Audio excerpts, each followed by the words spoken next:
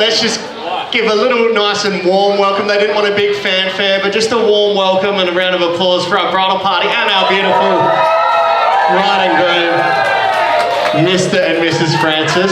Oh yeah. All of the housekeeping is very specified and unique to people here. I've got the information from somewhere, I won't say where. So if you haven't found it already, the wishing well is at the back over there. But I am told that Kieran here is from Headland and then moved to Thornley. So if he's too close to the wishing well, let's make sure he's putting something in and not taking something out, all right? That said, there might not be much in there because we all know that Jake is tighter than Aaron's foreskin, so if you're showing him the same love back, they're not going to hold it against you. So that tight. So, if you do need the toilets, we obviously know they're through there. If you do get lost, Jake's brother Aaron and his girlfriend Tia are the glamour couple. They'll be checking their reflections every half an hour, so just follow them if you get lost. If you do want to smoke, I heard Jake Rowland here loves a vape, so wherever Jake is, you can just taste your way there, follow his blueberry plume, it's down that side bit. They've got a section. He's been doing it already? Yeah, so you can taste your way. Although I did hear most people here smoke green cigarettes anyway, so you will be able to smell the smoking area one way or another. There's photographers coming around. I got told that Jake's mum Jodie loves a selfie, so you might have to hip and shoulder her out of the way a bit later on. And the dance floor, it's the first time I've been at a wedding where the dance floor is already going while it's light. It's so good, but no glass on the dance floor, and got to keep your shoes on. All right, I'm from Wanneroo, so that's a struggle for me, but shoes on, all right. And we've got, straight after this intro, we're going to have canapes and there's all cocktail style food coming out. But I heard if Helen is drinking, she just doesn't eat. So luckily Ray is here to finish her food and anybody else's food. I also got told there's a couple of full-blooded South Africans in here, and if you don't know who they are, they're going to be the ones that are eating their meat raw. I only know a half South African bloke, not a full-blooded. The half South African I know is Oxus Pistorius. Just the top half. But I won't make any more jokes about South Africans because I know they love their guns, so I hope you have a lekker night, my bro, all right. Now this is fun because the vibes are good. This is the first wedding I've had where you guys clapped everybody, which is awesome. But as an MC, I get to see people get drunk differently at weddings, none more so than girls. Yeah, girls at weddings get drunk really differently than guys. And it's in 3 stages. Most people are at stage 1. Yeah, stage 1, it's where like a 2-step, they're like, fuck yeah, Becky. It's gonna be a sick night. Yeah? So I've seen this a few stage 1. Stage 2 is girls have this muscle in their arm that's activated by alcohol that guys don't have, because they have a little sip and like, woo! Let's get wacko wasted, right? Stage 3 is my favourite. You'll see stage 3 on the dance floor. They have a little shot, they're like, woo, booty drop. And they got to bounce 7 times to get up, like, keep an eye out for that. But at this wedding, we've actually got a stage 4, and that's Jake's auntie Gal or Shani's nan. So keep an eye out for the stage 4s. And then, guys, we don't have stages. We go from 0 to Aaron sleeping in the hallway of a cruise ship in his jocks after forgetting his key card. So, oh yeah? All right, I'll let you tell people that one. So officially welcome, even though the WWE is on, I'm told Ben is Devo, that he has to miss it. So Ben, finally, The Rock has come back to this wedding on Shani's finger, so you should appreciate it. Where are you, Ben? It doesn't matter where you are, Ben, you jabroni.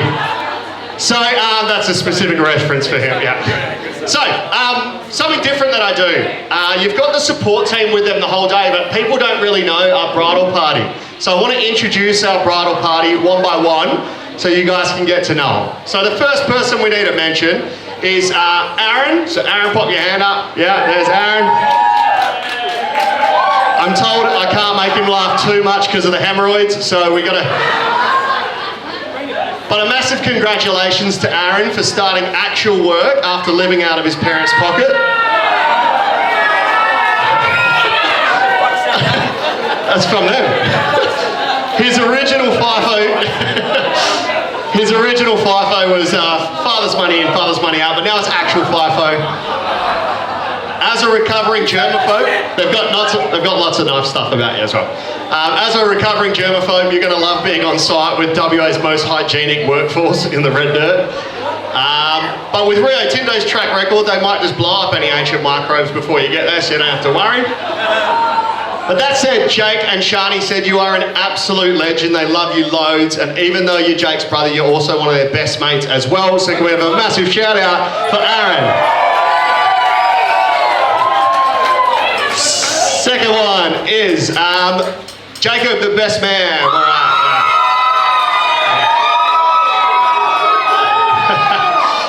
So he's the best man, but he's more of the beast man. He's got more hair on his chest than on his head, I got told. We can thank Jake being a bully for the friendship that we see today, because in kindergarten, Jake kept flicking him. So he had a FIFO relationship, flick in, flick out.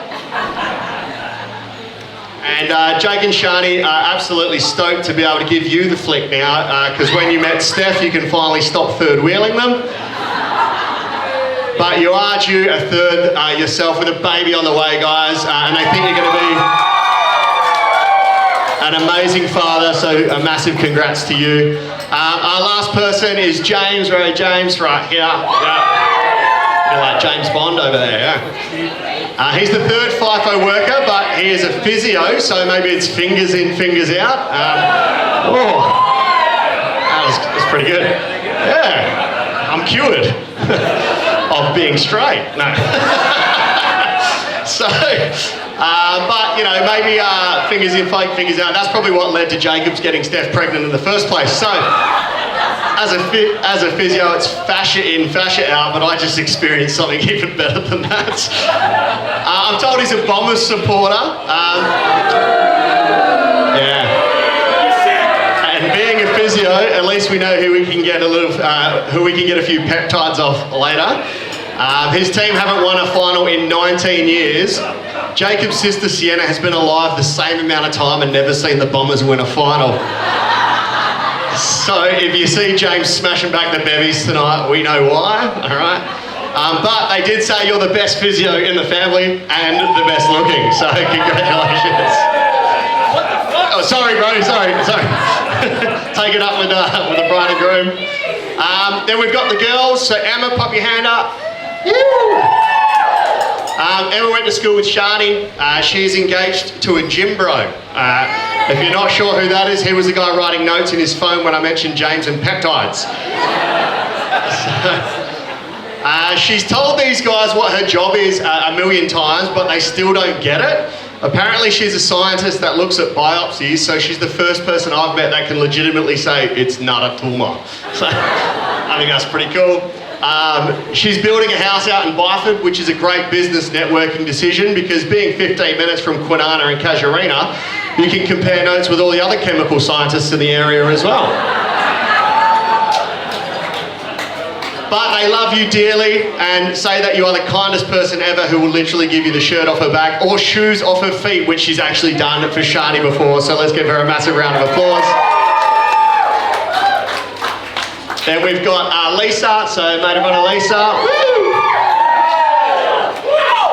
Due to being married to James, I do know a good celebrant, if you decide. Jake and Shani want to go to the... so this is a story they told me. Jake and Shani wanted to go to the Perth Scorchers, so these guys babysat for the first time, and Jake and Shani think that Darcy may have traumatised them into never having sex again. But Lisa is the sister that Shani never had, and she loves Lisa that much that when Shani was on a drunk night out, she was like Darcy 2.0 and needed nurturing, as she kept going, "Where's Lisa? Where's Lisa?" But Lisa wasn't even out with them that night. She wasn't a prees or anything. She was just out. She loved her that much, so she just missed her. So can we have a massive shout out to Lisa? The last person we've got is Victoria. So obviously it's the third person on the end. So we have Victoria. She is the bridesmaid called Victoria, who lives in New South Wales but travelled to Western Australia for this wedding. That is Mark McGowan's Border Force nightmare during lockdown. Life is that hard over in Sydney that she has a prescription for medical marijuana. Woo! So she's legally brought Botany Bay with her. Unfortunately, her partner has done his ACL playing soccer, which might be the first time a player hasn't faked an injury playing soccer, so I don't know, you could get injured from diving.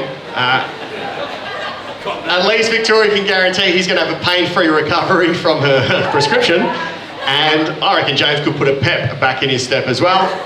They do have a long-distance friendship, but when they're together, they're absolutely inseparable. They're inseparable at the hip, which Emma has to cut out with her scalpel. So shout out to you, Victoria, for making your way over and supporting your mate.